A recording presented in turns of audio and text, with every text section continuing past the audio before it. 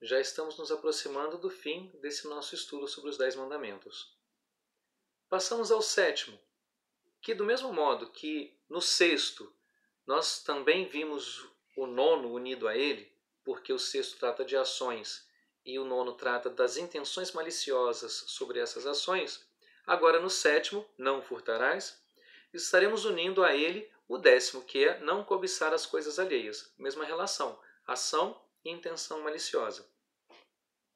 Então, o 7º mandamento, quando diz não furtarás, já nos revela que na mente de Deus existe esse desejo de que se respeite a propriedade alheia. Ou seja, possuir bens não é um mal.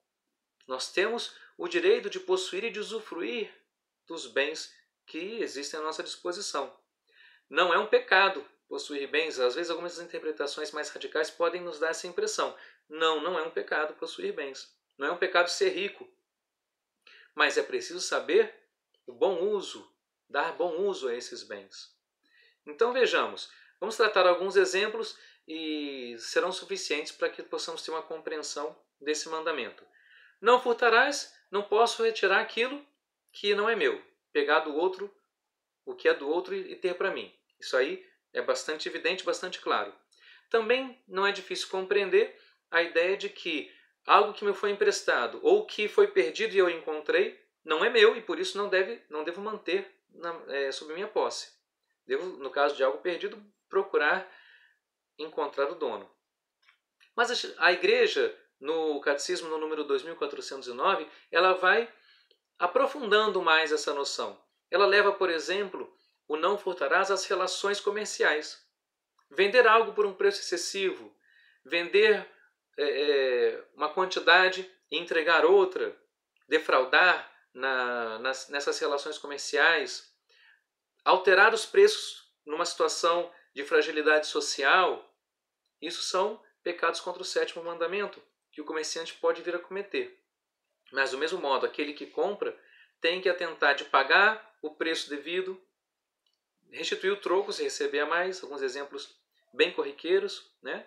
Mas sempre estar atento de dar aquilo que é justo, ou pelo menos que foi o combinado na sua relação, na sua troca comercial. Então, também o comprador tem que estar atento nesses detalhes sobre o 7º mandamento. Podemos levar também o 7º mandamento às relações de trabalho. Quando uma pessoa vai trabalhar em algum lugar, ela recebe um salário. Esse salário é dado em função de um trabalho que será realizado. Então, se o salário não for justo, o empregador está cometendo pecado contra o 7º mandamento. Mas também, se o trabalho realizado não for o esperado, não for o combinado, o trabalhador está cometendo pecado contra o 7º mandamento. Temos aí uma troca onde cada um deve buscar realizar a parte que lhe toca. E todo tipo de situação em que não se paga aquilo que é devido, mesmo que seja um imposto ou um serviço como fornecimento de luz, uma TV a cabo, são serviços que devem ser pagos e quando se faz o famoso gato, por exemplo, a gente está indo contra o 7º mandamento também. Com esses exemplos a gente pode ter uma noção de que o 7º mandamento tem diversas situações bem particulares e que a gente tem que estar sempre atento. Ou seja, dar sempre ao outro o que é justo. Assim devemos considerar nossa relação com a propriedade alheia.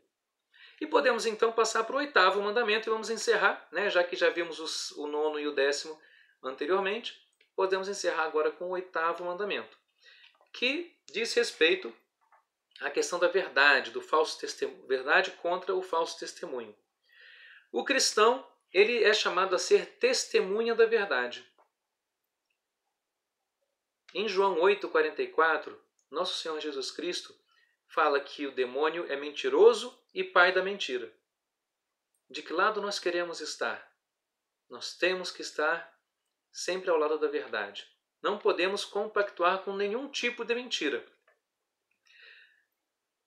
A mentira, ela vai ser tão mais grave quanto piores sejam as consequências dela. Então existem as mentirinhas que podem até chegar a ser inocentes. Uma brincadeira que se faz com alguém que depois vai se revelar a verdade. Não deixaria de ser inocente essa mentira.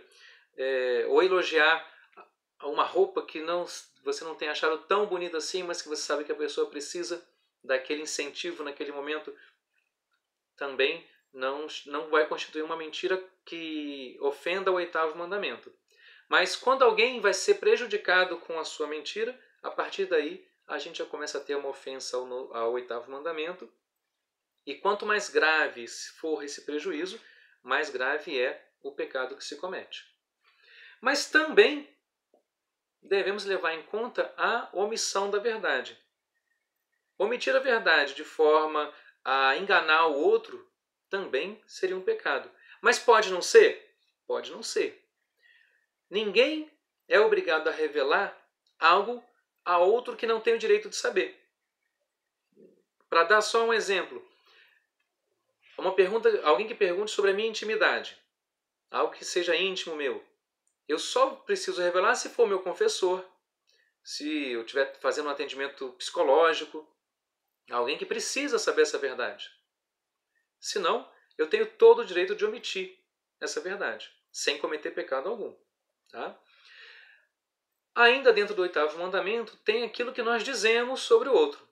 Quando damos falso testemunho, dizemos algo de mentiroso contra alguém, isso se torna um pecado ainda mais grave porque estamos diretamente buscando prejudicar alguém.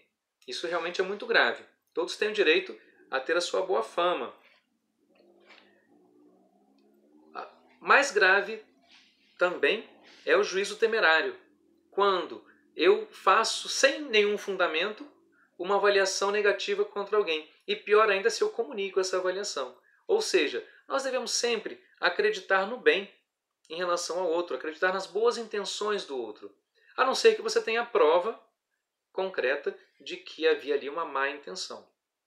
E pior ainda se nós comunicamos isso a alguém. E mesmo que a gente tenha certeza de que a outra pessoa tem algum mau hábito, cometeu algum ato errado, ilícito, só devemos comunicar isso, devemos expressar isso que nós sabemos, se isso for realmente necessário. E para quem seja necessário. Eu não devo comunicar o erro de alguém a outro que não vai poder fazer nada para remediar esse erro. Com isso só estou difamando a pessoa. Porque nem sempre a difamação significa uma mentira. Às vezes eu estou falando até uma verdade, mas eu estou contribuindo para que o outro seja difamado, com que ele seja conhecido como alguém que fez algo ruim, mas sem que isso redunde em nenhum bem para essa pessoa a quem eu estou me referindo. E às vezes, geralmente, nem sequer aquele que está ouvindo. Né? Então ninguém ganha com isso e deve ser evitado. A justiça, a verdade, elas sempre devem ser comunicadas também junto com a caridade. Então o 8º mandamento vai reunir essas 3 virtudes. A verdade em primeiro lugar, mas junto com ela a justiça e a caridade. Tendo isso em mente, vamos estar sempre sendo capazes de agir corretamente em relação ao 8º mandamento. Com essa explicação breve sobre esses 2 últimos mandamentos, a gente pode dar por concluído esses nossos encontros sobre os 10 mandamentos. Espero que tenham sido úteis, espero que vocês possam com isso até procurar se aprofundar mais, porque, claro, muitos outros detalhes poderiam ser ditos, e a gente tem como referência principal, além das Escrituras, o Catecismo da Igreja Católica, que eu recomendo muito que vocês tenham como livro de consulta. Surgiu alguma dúvida em relação ao comportamento, ao modo de se portar de um católico, ele é uma excelente referência. Todos fiquem com Deus e foi um prazer estar com vocês durante esses encontros. Que Deus esteja sempre orientando e cuidando de cada um de nós para que sejamos fiéis a essa aliança que Ele quer fazer conosco. O Senhor nos abençoe, nos livre de todo mal e nos conduz à vida eterna. Amém.